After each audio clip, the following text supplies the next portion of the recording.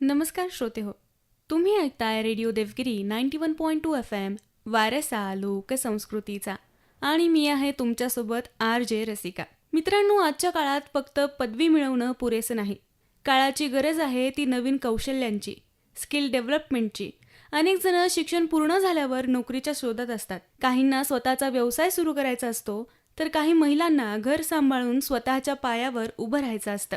अशा प्रत्येकासाठी डॉक्टर बाबासाहेब आंबेडकर मराठवाडा विद्यापीठाच्या आजीवन अध्ययन व विस्तार विभागामार्फत अनेक रोजगाराभिमुख आणि कौशल्याधारित अभ्यासक्रम सुरू आहेत.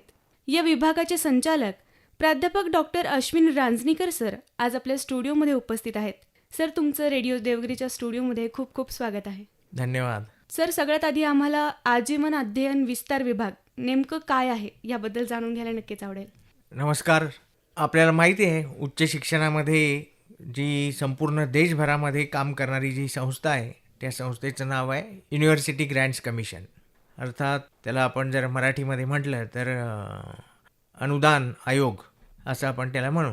आणि या उच्च शिक्षा अनुदान आयोगाच्या माध्यमातून 11वी जो प्लॅन आला, त्या प्लॅनमध्ये प्रौढ निरंतर अशा प्रकारची एक योजना जाहीर करण्यात आली, प्रौढ निरंतर शिक्षण. आणि मग त्या योजनेच्या माध्यमातून देशभरामध्ये असलेले जे सगळे विद्यापीठे आहे, त्या विद्यापीठांमध्ये याचे विभाग सुरू करण्यात आले. प्रामुख्याने मुख्य उद्देश हा होता की शिक्षणापासून वंचित राहिलेले जे सगळे मंडळी आहेत त्यांना शिक्षणाच्या मुख्य प्रवाहामध्ये आणणे आणि निरंतर शिक्षणाची प्रक्रिया सुरू राहणे. UGC जे आहे त्याचं जे ध्येय वाक्य आहे ते आहे ज्ञान विज्ञान पवित्रते, असं त्याचं वाक्य आहे. तर हे ज्ञान विज्ञानाच्या माध्यमातूनच आपला जो लिबरेशन आहे, आपला जे विकास आहे, तो विकास होऊ शकतो. आणि म्हणून मग त्या दृष्टीने UGCने या अडल्ट एज्युकेशन या विभागाची स्थापना करण्यात आली 11व्या प्लॅननुसार. आणि आता त्याचं हळूहळू त्याच्यामध्ये बदल होऊन त्या विभागाचं नाव department of life long learning and extension असं झालं आहे. 3 गोष्टी ह्याच्यामध्ये महत्त्वाच्या आहेत. एक आहे लाईफ लॉंग लर्निंग आणि दुसरं आहे एक्सटेन्शन, असं आपण विचार करू. अध्ययनाची प्रक्रिया आहे, त्याचबरोबर संशोधनाचा विषय आहे आणि तिसरा महत्त्वाचा जो विषय आहे तो एक्सटेन्शनचा विषय आहे.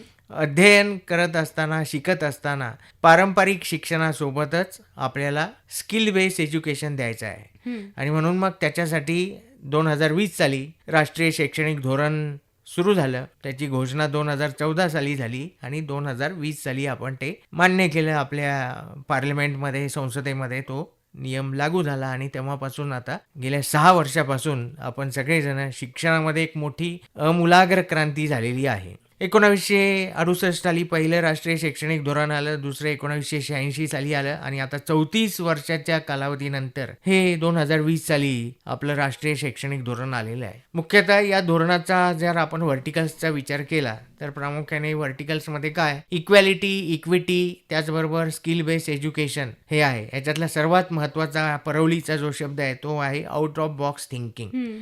परिघाच्या पलीकडे जाऊन आपल्याला विचार करायचा आहे.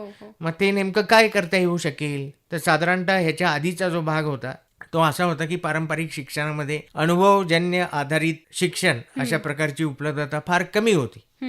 मग जर काही अनुभव घ्यायचा असेल तर मग आपल्याकडे इंजिनिअरिंग, फार्मसी, मेडिकल असे जे प्रोफेशनल कोर्सेस आहे तिथेच एक्सपिरियन्शियल लर्निंग असा प्रामुख्याने भाग होता. आणि म्हणून मग आपल्याकडे पूर्ण भारतामध्ये असं आपण ज्यावेळेस भरपूरशा वेगवेगळ्या संस्थांनी सर्वे केले, मग त्यावेळेस असं लक्षात आलं की आपल्याकडे लोकांना ज्ञान भरपूर आहे परंतु त्यांच्या हातामध्ये कौशल्य नाही आहे. म्हणून मग कौशल्य सगळ्यांच्या हातामध्ये यावे म्हणून मग त्या दृष्टीने experiential learning, OJT, on job training यासारख्या असंख्य गोष्टी आता या राष्ट्रीय शैक्षणिक धोरणामध्ये आलेल्या आहेत. म्हणजे मग जे सोशल सायन्सेसमध्ये काम करणारे आहेत, ह्युमॅनिटीजमध्ये भाषा विषयामध्ये काम करणारे सगळेजण जे आहेत त्यांना सुद्धा आता अनुभवजन्य आधारित शिक्षणाची व्यवस्था या राष्ट्रीय शैक्षणिक धोरणामध्ये आहे. मग तेच लक्षात घेऊन हा जो आजीवन अध्ययन व विस्तार विभाग आहे या विभागाने सुद्धा वेगवेगळे कोर्सेस केले. पारंपरिक शिक्षणामध्ये MA लाईफ लॉंग लर्निंग आजीवन अध्ययन विभाग जो आहे त्याच्यामध्ये आपण पोस्ट ग्रॅज्युएशन करू शकतो. म्हणजे त्याची जी पात्रता आहे ती आफ्टर ग्रॅज्युएशन आहे. कुठल्याही शाखेतला पदवीधर विद्यार्थी, तरुण तरुणी ते त्याच्यामध्ये प्रवेश घेऊ शकतात. दुसरा जो विषय आहे तो आहे PG कोर्स आहे आमच्याकडे. एक डिप्लोमा आहे, तो 1 वर्षाचा कोर्स आहे. MA लाईफ लॉंग लर्निंग हा 2 वर्षाचा कोर्स आहे आणि तो रेग्युलर कोर्स आहे. तिथे विद्यापीठामध्ये येऊन, आमच्या विभागामध्ये येऊन तास त्याचे होतात, ते तास आपल्याला सगळ्यांना करता येतील. आणि हा जर कोर्स तुम्ही पूर्ण केला तर त्याच्यासाठी गव्हर्नमेंट सेक्टर सोबतच प्रायव्हेट सेक्टरमध्ये सुद्धा आपल्याला रोजगाराच्या भरपूर संधी या विभागामध्ये आहे. सर्व शिक्षा अभियान आहे, तिथे सुद्धा आपल्याला महानगरपालिका आहे, जिल्हा परिषद आहे, त्या ठिकाणी नोकरीची संधी उपलब्ध होऊ शकते. त्याचबरोबर ज्याला प्राध्यापक व्हायचं आहे ते प्राध्यापक होण्यासाठी महत्त्वाच्या ज्या 2 अटी आहे, एक तर त्याला सेट परीक्षा, स्टेट इलिजिबिलिटी टेस्ट किंवा नेट परीक्षा, नॅशनल इलिजिबिलिटी टेस्ट, ती पूर्ण करावी लागते, अथवा त्याला त्या विषयामध्ये PhD करावी लागते. मग या तिन्ही गोष्टी या MA लाईफ लॉंग लर्निंग केलेल्या विद्यार्थ्यांसाठी आहेत. नेटची परीक्षा पण या विषयामध्ये होते, सेटची परीक्षा पण होते आणि तो विद्यार्थी पुन्हा PhDचं संशोधन सुद्धा, वाचस्पती ही पदवी सुद्धा त्याला प्राप्त करता येते. म्हणून मग अध्ययनाचा विषय आहे, संशोधनाचा विषय आहे. आता तिसरा महत्वाचा जो भाग आहे तो आहे एक्सटेन्शन, ज्याला आपण विस्तार असं जे म्हणतो. मग विस्ताराच्या दृष्टीने समाजामध्ये जाऊन काम करायचं आहे. वेगवेगळ्या जे घटक आहेत त्या घटकांमध्ये जाऊन काम करायचं आहे. नेमकं काय तर प्रामुख्याने जे लोक शिक्षणापासून वंचित राहिलेले आहेत त्यांच्या घरापर्यंत जायचं आहे, त्यांच्यासाठी वेगवेगळ्या ॲक्टिव्हिटीज करायच्या आहेत. म्हणून मग आम्ही 8 सर्टिफिकेट कोर्सेस वेगवेगळे सुरू केले आहेत. मग ते सर्टिफिकेट कोर्सेस नेमके कोणकोणते, तर त्याचा आम्ही विभागणी केली आहे. महिलांना एम्पॉवर करण्यासाठी, त्यांना स्वतःच्या पायावर उभं करण्यासाठी, म्हणून मग आम्ही महिलांसाठी विशेष कोर्सेस सुरू केले. त्यापैकी एक अंगणवाडी बालवाडी सेविका असा एक कोर्स आहे. तो कोर्स फक्त आपल्या विद्यापीठामध्ये उपलब्ध आहे. 6 महिन्याच्या कालावधीचा हा कोर्स जर आपण पूर्ण केला तर आपल्याला लगेच महानगरपालिका असेल, जिल्हा परिषद असेल, त्या ठिकाणी अंगणवाडी बालवाडी सेविका, इवन ग्रामपंचायतीमध्ये सुद्धा तुम्हाला नोकरीची संधी तात्काळ उपलब्ध होते आहे. खूपच छान. आणि ह्याच्यासाठी बेसिक अट जी आहे क्वालिफिकेशनची, ती 10वीच्या पुढचं जे शिक्षण आहे, म्हणजे 10वी उत्तीर्ण झालेले महिला ज्या आहेत त्या महिला सुद्धा ह्याला प्रवेश घेऊ शकतात. आणि मला आपल्याला सांगायला आनंद आहे की गेल्या 20 वर्षापासून हा कोर्स आमच्या विभागाच्या माध्यमातून डॉक्टर बाबासाहेब आंबेडकर मराठवाडा विद्यापीठामध्ये हा कोर्स सुरू आहे आणि आजपर्यंत 40,000पेक्षा जास्त महिलांनी हा कोर्स पूर्ण केलेला आहे आणि त्या सगळ्या महिलांना रोजगार मिळालेला आहे. आता सध्या त्यांना जवळपास 14,000 ते 15,000 रुपयाची सॅलरी या महिलांना मिळते. म्हणून मग तो जो कोर्स आहे तो कोर्स आम्ही अतिशय चांगल्या पद्धतीने राबवत आहोत. तर त्याच्यासाठी अनुभवजन्य आधारित शिक्षण जे आहे ते पण त्याच्यामध्ये आम्ही, त्याचा अभ्यासक्रमही आता आम्ही नुकताच बदललेला आहे आणि त्याच्यानुसार त्याचं काम सुरू आहे. खूपच छान सर. म्हणजे इतके त्याच्यामध्ये कोर्सेस आहेत की सगळ्यांनाच त्याचा नक्कीच फायदा होईल. सर, आजीवन अध्ययन ही संकल्पना खूप वेगळी वाटते, नवीन वाटते. तर मग तुम्ही आमच्या श्रोत्यांना साध्या आणि सोप्या भाषेत तुम्ही समजावून सांगाल का? शिक्षणामुळेच आपल्या सर्वांचा विकास होतो. डॉक्टर बाबासाहेब आंबेडकरांचं नाव आहे विद्यापीठाला धारण झालेलं आहे आणि आपण सगळेजण बाबासाहेब आंबेडकरांना भारतरत्न पुरस्कार आहे ते आपलं आयडियल एक्झाम्पल आहे. आपल्यासमोर आदर्श आपण सगळे बाबासाहेबांना मानतो आणि बाबासाहेबांनी दिलेली शिकवण आहे की शिक्षणामुळे व्यक्तीच्या व्यक्तिमत्वाचा कशा पद्धतीने विकास होतो त्याचं मूर्तिमंत उदाहरण डॉक्टर बाबासाहेब आंबेडकर आहेत. प्रज्ञा सूर्य म्हणून आपण बाबासाहेबांना सगळेजण आदराने संबोधतो, तो आपला आदर्श आहे. म्हणून शिक्षणाने काय क्रांती घडते तर ते उदाहरण आपल्या समोर आहे. म्हणून आजीवन अध्ययन विभाग जो आहे तो असे जे आपण आता त्याला जर असं म्हटलं की ड्रॉपआउट असं साधारण आजच्या परिभाषेमध्ये म्हणतो, किंवा जे शिक्षणापासून दूर गेलेले आहेत त्यांना शिक्षणाच्या मुख्य प्रवाहामध्ये आणण्यासाठी या विभागाची रचना प्रामुख्याने झालेली आहे. म्हणून मग त्याच्यासाठी वयाची अट नाही. कोणत्याही वयोगटामधला स्त्री असेल, पुरुष असेल, कोणीही असेल, ते सगळेजण या विभागामध्ये येऊन प्रवेश घेऊ शकतात आणि त्यांना सांगितल्याप्रमाणे कौशल्य आधारित शिक्षण देण्याची व्यवस्था आहे आणि त्याच्यामुळे त्यांना रोजगार उपलब्ध होईल. नुसता रोजगार पण उपलब्ध होणार नाही तर ते स्वतः नोकरी देणारे पण होऊ शकतात. इतकी कॅपॅसिटी या ह्याच्यामधली आहे. म्हणजे कालच उदाहरण मी आपल्याला सांगू इच्छितो की मी आपल्या इथे आमचं जे विस्तार कार्य आहे ते विस्तार कार्य डॉक्टर बाबासाहेब आंबेडकर मराठवाडा विद्यापीठाचं जे कार्यक्षेत्र आहे ते 4 जिल्ह्यांमध्ये आहे. संभाजीनगर, जालना, बीड आणि धाराशिव. तर आम्ही एक्सटेन्शन युनिट देतो विद्यापीठाशी संलग्नित असलेले जे महाविद्यालय आहे त्या महाविद्यालयांमध्ये आम्ही आमचं एक युनिट देतो. मग त्या युनिटमध्ये मग हे सगळे आमचे जे सर्टिफिकेट कोर्सेस आहेत ते चालतात. तर जालन्यामधलं दानकुवर महिला महाविद्यालय आहे, त्या ठिकाणी आमचा एक ब्युटी पार्लरचा कोर्स चालतो आहे. मग त्या ठिकाणी आता आमची पहिली स्टार्टअप कंपनी आम्ही सुरू करतोय वा वा की त्या महिला स्वतः आणि ते महाविद्यालय आता लोकांच्या घरी जाऊन त्यांना ब्युटी पार्लरची जी जी त्यांची डिमांड असेल ते त्या ठिकाणी जाऊन पूर्ण करणार आहेत. म्हणजे अशा पद्धतीने महिलांना स्वतःच्या पायावर उभं करण्याची व्यवस्था या फक्त 6 महिन्याचा जो कोर्स आहे तो कोर्स केल्यामुळे त्यांना मिळते आहे. तर असं एक चांगला उपक्रम जो आहे, चांगला जो कोर्स आहे, कारण हे सगळे कोर्सेस जे आहेत ते अपस्किलिंगचे आहे. साधारणतः आता इंजिनिअरिंग झालेला विद्यार्थी असेल किंवा अजून मेडिकल झालेला विद्यार्थी असेल, अशा प्रोफेशनल कॉलेजेसमधनं जे झालेले विद्यार्थी आहे त्यांना सुद्धा नोकरी मिळवण्यासाठी छोटे छोटे कोर्सेस करावे लागतात. हो हो हो मग इतकं सगळ्या मोठ्या कोर्सेसला जाऊन पुन्हा छोटा कोर्स करण्यापेक्षा पहिलेच जर आपण एखादे असे स्किल बेस्ड कोर्सेस केले तर आपल्याला नोकरी मिळेल.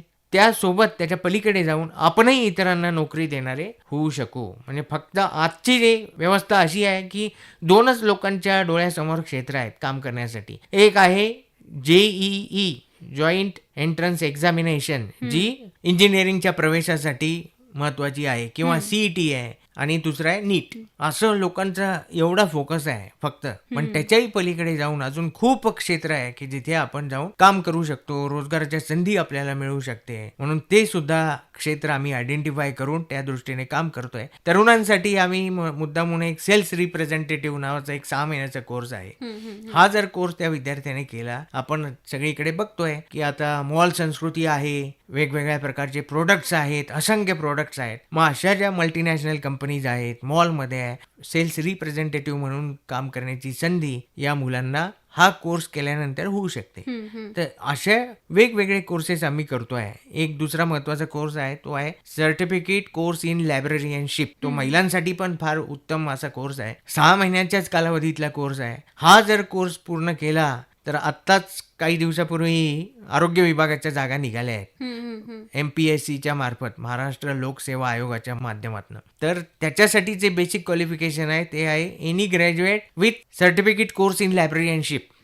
तर त्या कोर्सला आम्हाला खूप डिमांड आहे सगळीकडे. आत्ताच विद्यापीठामध्ये आम्ही 100 ॲडमिशन्स आमचे फुल झाले आहे त्याच्यासाठीचे. आमची बॅच आहे 50 विद्यार्थ्यांची, पण त्याला 100 ॲडमिशन्स आता झाले. 2 बॅचेसमध्ये आम्ही तो कोर्स आता रन करतोय.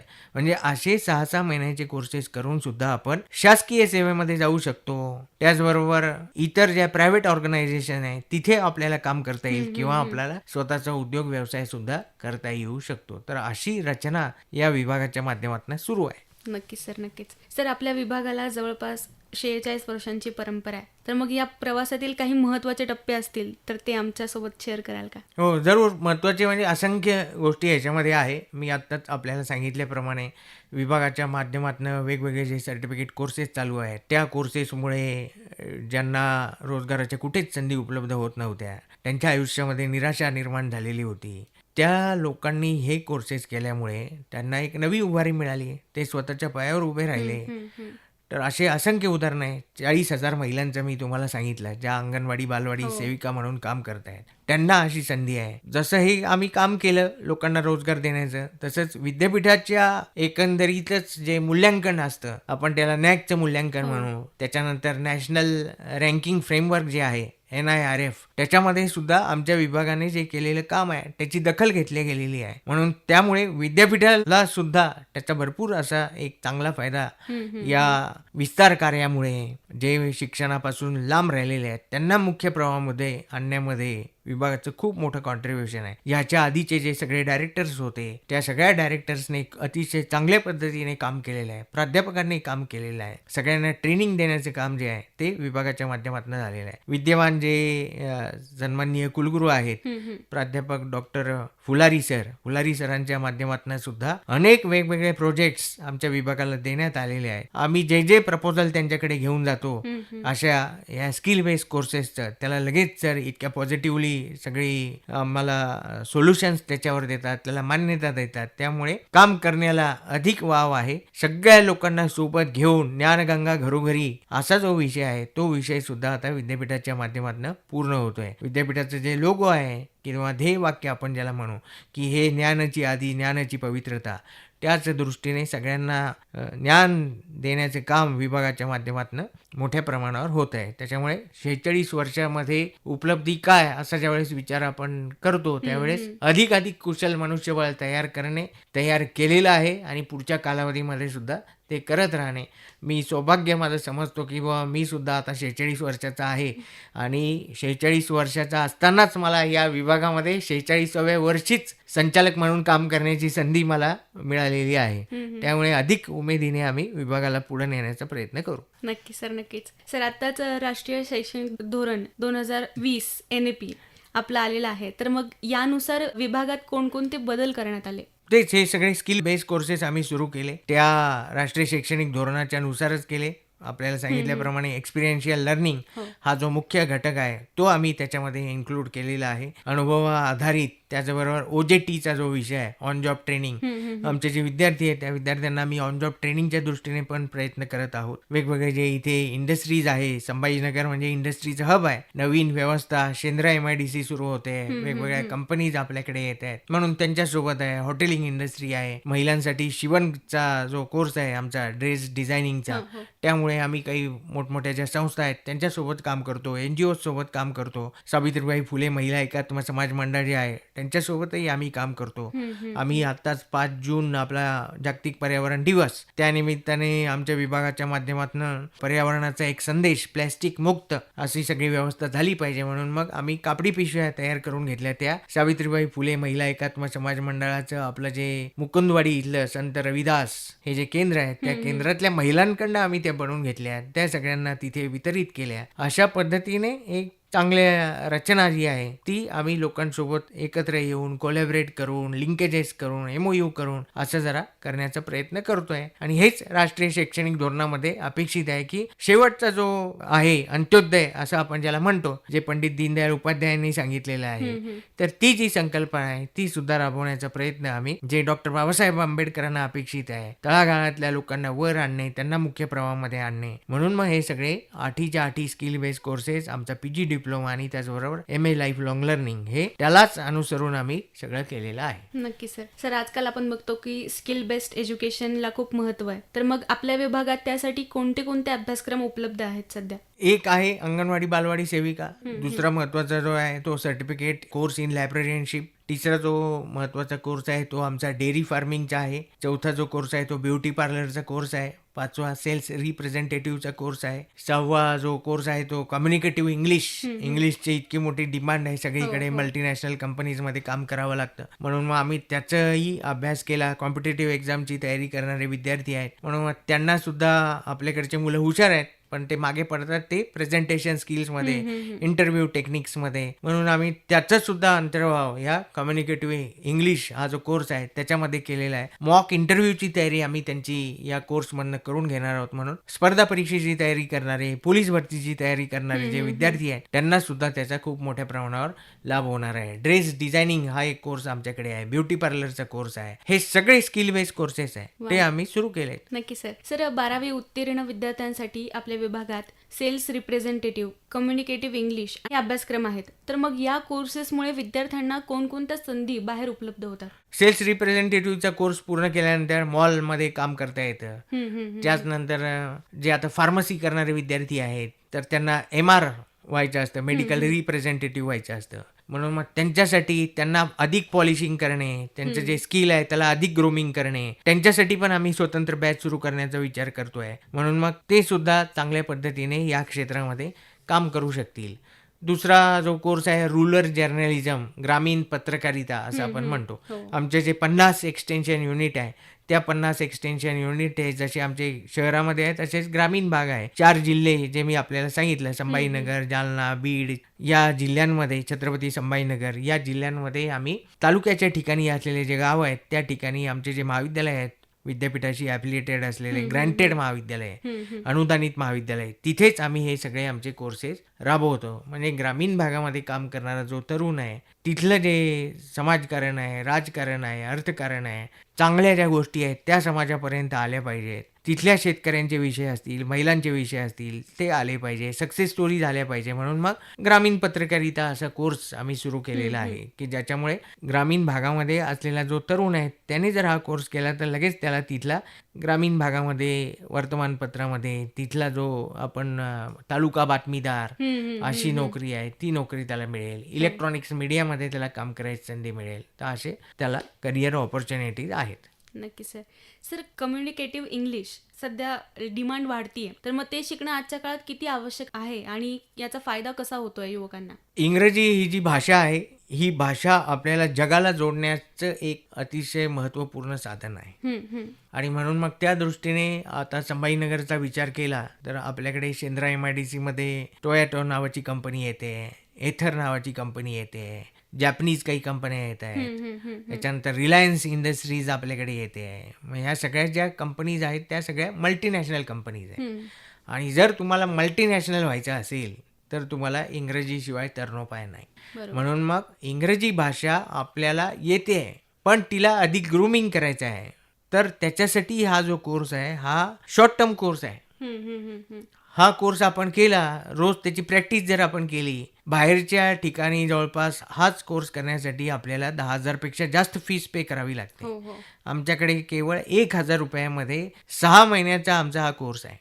1,000 रुपये विद्यार्थ्यांनी द्यावे आणि त्याला रोज 2 तासाचं आम्ही ट्रेनिंग देणार. त्याच्याकडनं मगाशी सांगितल्याप्रमाणे इंटरव्ह्यू टेक्निक्स आहे, सॉफ्ट स्किल्स आहेत, पर्सनॅलिटी डेव्हलपमेंट आहे. तर हा सगळा विषय आम्ही त्याच्यामध्ये करतो. पर्सनॅलिटी डेव्हलपमेंटच्या दृष्टीने आपण त्याला थोडी मी आपल्याला कल्पना देतो की साधारणतः पर्सनॅलिटी डेव्हलपमेंटमध्ये विषय केल्यानंतर असा विषय असतो की ते सगळं आपण बाहेरूनचा विषय करतो किंवा मी चांगलं दिसायला पाहिजे, माझे केस चांगले पाहिजे, हे सगळं आहे. ते बरोबरही आहे. पण त्याच्याही पलीकडे भारतीय तत्वज्ञान जे पर्सनॅलिटी डेव्हलपमेंटचं आहे ते आहे पंचकोश विकास, 5 फोल्ड डेव्हलपमेंट. मग ती काय आहे तर ते म्हणजे आपला अन्नमय कोश कसा आहे, आपला प्राणमय कोश कसा आहे, आपला मनोमय कोश कसा आहे, आपला विज्ञानमय कोश कसा आहे आणि 5वा आनंदमय कोश काय आहे. ह्याची कन्सेप्ट आम्ही सगळी या आमचा जो कोर्स आहे कम्युनिकेटिव्ह इंग्लिशचा त्याच्यामध्ये इन्क्लूड केलेला आहे. नाहीतर साधारणतः काय होतं, असे जे कोर्सेस आहे ते 1 महिना 2 महिने चालतात आणि त्याच्यामध्ये फक्त ते इंग्लिशच्या ग्रूमिंगचा विषय असा असतो. आपल्याला इंग्लिश शिकायचं आहे पण ते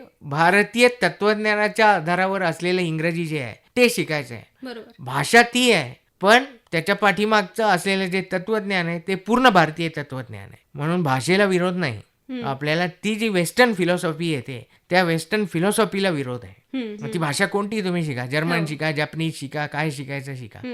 तर त्यामुळे म्हणून मग आम्ही तो सिलेबस या पद्धतीने त्याचा डेव्हलप केलेला आहे की भाषा परकीय आहे परंतु त्याच्यातला जो बेस आहे, त्याच्यातले जे तत्वज्ञान आहे ते पूर्णपणे भारतीय आहे. कारण काम आपल्याला आपल्या देशासाठी करायचं आहे म्हणून आम्ही ते केलेलं आहे. खूपच छान सर. म्हणजे आपण वरवरचं सगळं बघतो पण आपल्याला आपल्या देशातलं काय आहे तेच माहिती नसतं. ते नक्कीच माहिती होईल. सर, महिलांसाठी ब्युटी पार्लर आणि ड्रेस मेकिंग आणि डिझायनिंग यासारखे अभ्यासक्रम आपल्याकडे उपलब्ध आहेत. तर मग या अभ्यासक्रमामधून महिलांना स्वावलंबी होण्यासाठी कशी मदत होते? हे सगळे जे कोर्सेस आहेत याच्यामुळे महिला स्वतःच्या पायावर उभे राहत आहेत, स्वावलंबी होत आहेत, त्यांचं एम्पॉवरमेंट होत आहे. वेगवेगळ्या ठिकाणी त्या जातात, त्यांना नोकरीच्या संधी उपलब्ध होतात. त्याचबरोबर ते स्वतःचा उद्योग व्यवसाय करू शकतात. साधारणतः आता आपल्या महिलांचा जो टेलरिंगचा विषय आहे ड्रेस डिझायनिंगच्या संदर्भामध्ये, त्यांनी नुसतं आपण त्याला ब्लाऊज जरी शिवायचा त्यांनी विषय केला तरी सुद्धा एक ब्लाऊज शिवण्यासाठी 500 ते 700 काही ठिकाणी 1,000 रुपये पण आहेत. पण महिलांनी जर घरीच आपल्या ही जर व्यवस्था सुरू केली तर त्यांना आपल्या घरूनच चांगल्या पद्धतीने अर्थार्जन सुरू होतं. तो एक भाग आहे. ज्यूट पासून कापडी पिशव्या बनवण्याचा व्यवसाय सुरू केला घरी बसल्या बसल्या, ज्याला शिवण काम येत आहे. आज प्लॅस्टिक मुक्तीच्या संदर्भामध्ये आपण सगळेजण मिळून काम करतोय. सगळीकडे आपल्याला दिसतं खूप मोठ्या प्रमाणावर प्लॅस्टिक वापरले जाते. मेडिकलचे दुकानं आहेत किंवा अन्य दुकानं आहेत त्या किंवा मॉल्स आहे. या मॉल्समध्ये जरी आपण लोकांना कापडी पिशव्या तयार करून दिल्या तर ते मॉलवाले घ्यायला तयार आहे, परंतु तयार करण्याची व्यवस्था इतक्या मोठ्या प्रमाणावर नाही, मास प्रोडक्शन नाही. उदाहरणार्थ दुसरं अजून म्हणता येईल की आता जे आपलं काशीला इतका मोठा महाकुंभ झाला त्या ठिकाणी इथे एक मोठी मोहीम राबवल्या गेली की थैला आणि थाली अशा पद्धतीने. आता नाशिकला महाकुंभ आहे. हो. त्या महाकुंभामध्ये सुद्धा अशीच एक योजना आहे की थाली, पेला आणि थैली. मग ती थैली जी आहे ती पूर्णपणे कापडी असेल. मग अशा वेगवेगळ्या संधी या महिलांना या क्षेत्रामध्ये काम करण्यासाठी उपलब्ध होतात. त्यांनी ते सजगपणे, डोळसपणे कसं आपल्याला काम करता येईल, ते म्हणतो ना आपण, बोलणाऱ्याची माती पण विकली जाते, पण न बोलणाऱ्याचं सोनंही विकलं जात नाही. म्हणून मग त्या पद्धतीने आपण जे करतो आहोत ते लोकांपर्यंत नेणं हा महत्त्वाचा विषय आहे. त्याच्यामुळे क्षेत्रामध्ये अफाट संधी आहे काम करण्यासाठी. आणि महिलांना तर आपण जगत जननी असं म्हणतो. हो. आणि मल्टीटास्किंग असा पण विषय महिलांच्या माध्यमातून होतो. आणि त्याच्यामुळे त्या तर उत्तम मॅनेजर आहेतच. जर त्यांना अशा प्रकारचे स्किल बेस्ड कोर्सेस आले तर नक्कीच त्या या क्षेत्रामध्ये भरीव कामगिरी करू शकतात. आणि असे असंख्य उदाहरणं आहेत आपल्यासमोर की महिला पुढे पुढे जात आहेत. मी ते दानकोर महिला महाविद्यालयाचं हो, उदाहरण हो. आपल्याला सांगितलं की त्या महिला आता पुढे पुढे येत आहेत या सगळ्या उपक्रमात. बचत गटांची इतकी मोठी चळवळ महिलांनी उभी केली आहे. हो. अशी असंख्य उदाहरणं आहेत आपल्यासमोर. नक्कीच सर. सर, MA आजीवन शिक्षण आणि पदव्युत्तर पदविका याविषयी आम्हाला थोडीशी माहिती द्या. MA लाईफ लॉंग लर्निंग हा जो कोर्स आहे तो 2 वर्षाच्या कालावधीतला कोर्स आहे. या कोर्स पूर्ण केल्यानंतर आपल्याला महानगरपालिका आहे, जिल्हा परिषद आहे, त्याचबरोबर प्राध्यापक व्हायचं असेल तिथे सुद्धा आपल्याला संधी प्राप्त होते. 2 वर्ष विद्यापीठामध्ये जे पहिल्यांदा प्रवेश घेतील PGसाठी तर त्यांना हॉस्टेलची सुविधा आहे. महिलांसाठीचे वेगळे हॉस्टेल आहे. त्याच पद्धतीने कमवा व शिका अशा प्रकारची एक योजना आहे की त्या माध्यमातून तिथे आपण आपलं शिक्षण करत असताना काही अर्थार्जन पण आपल्याला होतं. म्हणून मग कुटुंबावर जास्त आर्थिक भार न होता आपलं जे शिक्षण आहे ते अतिशय सुरळीतपणे केलं जातं. तर त्याच्यासाठी स्कॉलरशिपची पण व्यवस्था आहे, कारण तो कोर्स आमचा ग्रँटेड कोर्स आहे MA लाईफ लॉंग लर्निंग. तर 2 वर्षाच्या कालावधीतला हा अतिशय उत्तम कोर्स आहे. म्हणून तरुणींना आव्हान आहे की त्यांनी मेडिकल, इंजिनिअरिंग याच्यापेक्षा अशा प्रकारचा जो कोर्स केला तर त्यांना रोजगाराच्या संधी पण आहे आणि त्याचबरोबर एक चांगलं व्यक्तिमत्व घडण्याची एक संधी या कोर्सच्या माध्यमातून उपलब्ध करून देण्यात आलेली आहे. दुसरा PG डिप्लोमा जो कोर्स आहे तो आहे PG diploma in adult and कंटिन्युइंग education. प्रौढ व निरंतर शिक्षण असं त्याचं मराठीमध्ये भाषांतर आपण करू शकतो. ह्या कोर्स आमचा जो आहे तो डिस्टन्स मोडला आहे. म्हणजे त्याला रेग्युलर कोर्स करण्याची गरज नाही. आपण तो सुट्ट्यांच्या कालावधीमधला आहे, दिवाळीच्या सुट्ट्या आणि उन्हाळ्याच्या सुट्ट्या, असे एक 8-8 दिवस आपण विद्यापीठामध्ये यायचं आहे आणि त्या दरम्यान आम्ही तो सगळं तुम्हाला शिकवणार. त्याच्यासाठी एक डेझर्टेशन आहे, एक प्रोजेक्ट आहे, प्रकल्प आहे. तो प्रकल्पही आपल्याला पूर्ण करावा लागतो. तर अशा पद्धतीने आपण या कोर्सेसच्या माध्यमातून काम करू शकतो. जिल्हा परिषद आहे, महानगरपालिका आहे, तिथला जो सर्व शिक्षा अभियान आहे त्या ठिकाणी सुद्धा नोकरीच्या संधी या ज्याने हा PG डिप्लोमा केलेला आहे त्याला प्राप्त होतील. नक्की सर. सर, या अभ्यासक्रमासाठी ज्यांना प्रवेश घ्यायचा असेल तर त्यासाठी प्रवेश पात्रता काय आहे आणि प्रवेश घेण्यासाठी म्हणजे कुठले कुठले कागदपत्रे लागतात?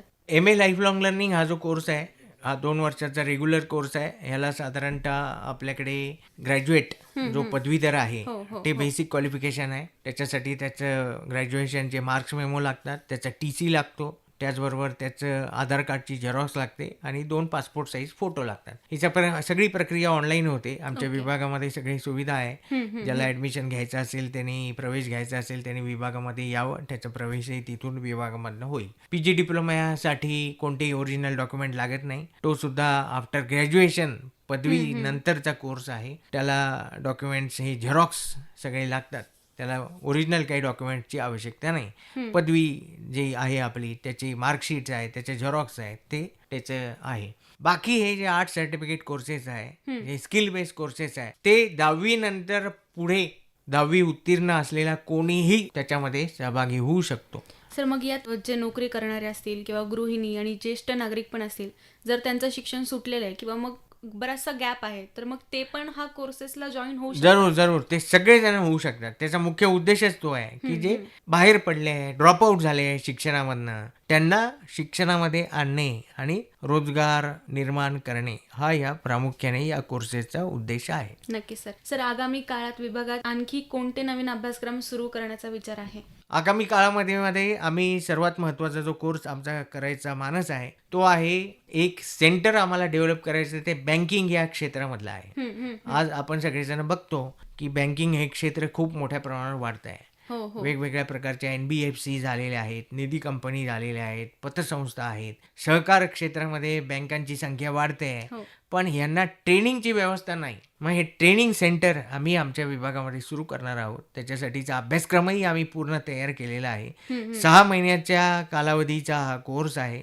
हा कोर्स पूर्ण केल्यानंतर त्या विद्यार्थ्याला कुठल्याही बँकेमध्ये तात्काळ नोकरी मिळणार म्हणजे मिळणार. कारण आम्ही भरपूरशा बँकांशी बोललेलो आहोत. त्यांच्याशी आमचे MOU करण्याची प्रक्रिया सुरू आहे. म्हणून हा जो बँकिंगचं जे सेंटर आहे ते आमचं फार तर दिवाळीनंतर आम्ही ते लॉन्च करणार आहोत. तर अशा पद्धतीने तरुणांना जे वित्त क्षेत्रामध्ये ज्याला जायची इच्छा आहे, बँकिंग हे खूपच आकर्षक क्षेत्र आहे. त्याच्यामुळे बाहेरच्या आपण जर प्रायव्हेट एजन्सीज आहेत त्यांच्याकडेही जर बघितलं तर तिथे खूप मोठ्या फीस आहेत. बँकेची परीक्षा देणारे सुद्धा खूप तरुणी आहेत. हो हो पण असं जर एक्सक्लुझिव्ह सेंटर आपण आपल्या विद्यापीठामध्ये सुरू करू शकलो तर आम्हाला निश्चित त्याचा अभिमान आहे. आणि मी आत्ताच सांगितल्याप्रमाणे सन्माननीय कुलगुरू विजय फुलारी सर हे अगदी सपोर्टिव्ह आहेत. त्यांच्याशी या संदर्भामध्ये बोलून झालं आहे. त्यांनाही ही संकल्पना खूप आवडलेली आहे आणि आम्ही ते सुरू करणार आहोत. वा. आफ्टर दिवाळी हे तरुणांना एक चांगली संधी आपल्या मराठवाड्यातल्या तरुणांना इथे उपलब्ध होणार आहे. वा खूपच छान सर. सर मग तुम्ही आजच्या तरुणांना आणि ज्यांना शिक्षण अर्धवट सोडावं लागलं किंवा आता पुन्हा त्यांना शिकायचं आहे तर अशा सर्वांना तुम्ही काय संदेश द्याल? संदेश हाच आहे की निराश व्हायचं नाही आहे. विभाग जो आहे आमचा डॉक्टर बाबासाहेब आंबेडकर मराठवाडा विद्यापीठाचा आजीवन अध्ययन व विस्तार विभाग, आपलं सर्वांचं तिथे स्वागत आहे. सगळे कोर्सेस आपल्या डिमांडनुसार आम्ही सुरू करण्यासाठी तयार आहोत. नुसते कोर्सेस करायचे नाही तर त्यांना त्यांच्या आयुष्यामध्ये उभं करण्यासाठी, त्यांच्या पायावर उभं करण्यासाठी, अर्थार्जन करण्यासाठी सुद्धा विभाग सदैव अग्रेसर राहणार आहे. कारण ही सगळी व्यवस्था ही समाजासाठी आहे, हो तरुणांसाठी आहे, तरुणींसाठी आणि जे शिक्षणातनं बाहेर पडलेले आहेत त्यांच्यासाठी आहे. म्हणून शिक्षणाचं काम हेच आहे. आणि रामदास स्वामींनी पण हेच सांगितलं आहे, जे जे आपणासी ठावे ते ते सर्वांना सांगावे, शहाणे करून सोडावे सकळ जन. म्हणून मग सगळ्यांना आपल्याला शहाणं करायचं आहे, शिक्षणाच्या मुख्य प्रवाहामध्ये आणायचं आहे, असं काम विभागाचं आहे. नक्की सर. सर एका वाक्यात सांगायचं झालं तर आजीवन अध्ययन व विस्तार विभाग समाजासाठी का महत्वाचा आहे तर तुम्ही काय सांगाल? एका वाक्यामध्ये जर सांगायचं म्हटलं तर आपण असं म्हणू शकतो की व्यक्तीच्या व्यक्तिमत्वाचा सर्वांगीण विकास करणे हे मुख्य काम आजीवन अध्ययन व विस्तार विभागाचं आहे. सर आज आपण अतिशय मोलाची माहिती दिलीत. आजच्या स्पर्धेच्या युगात केवळ पदवी नव्हे तर कौशल्यही तितकंच महत्त्वाचं आहे आणि आपल्या विभागामार्फत अनेक रोजगाराभिमुख तसेच स्वावलंबनाला चालना देणारे अभ्यासक्रम उपलब्ध आहेत. ही माहिती आज आपल्या श्रोत्यांपर्यंत पोहोचली. आपण वेळ काढून रेडिओ देवगिरीच्या स्टुडिओमध्ये आलात यासाठी तुमचे खूप खूप धन्यवाद. धन्यवाद आणि मनपूर्वक आभार. मित्रांनो, जर तुम्हालाही स्वतःचं करिअर घडवायचं असेल, नवीन कौशल्य आत्मसात करायचं असेल किंवा स्वतःच्या पायावर उभं राहायचं असेल तर डॉक्टर बाबासाहेब आंबेडकर मराठवाडा विद्यापीठाच्या आजीवन अध्ययन व विस्तार विभागाशी नक्की संपर्क साधा. आजचा हा विशेष संवाद इथेच थांबवूया. मी आरजे रसिका आता घेतेय तुमचा निरोप. तुम्ही कुठे जाऊ नका, ऐकत राहा रेडिओ देवगिरी 91.2 FM वारसा लोकसंस्कृतीचा.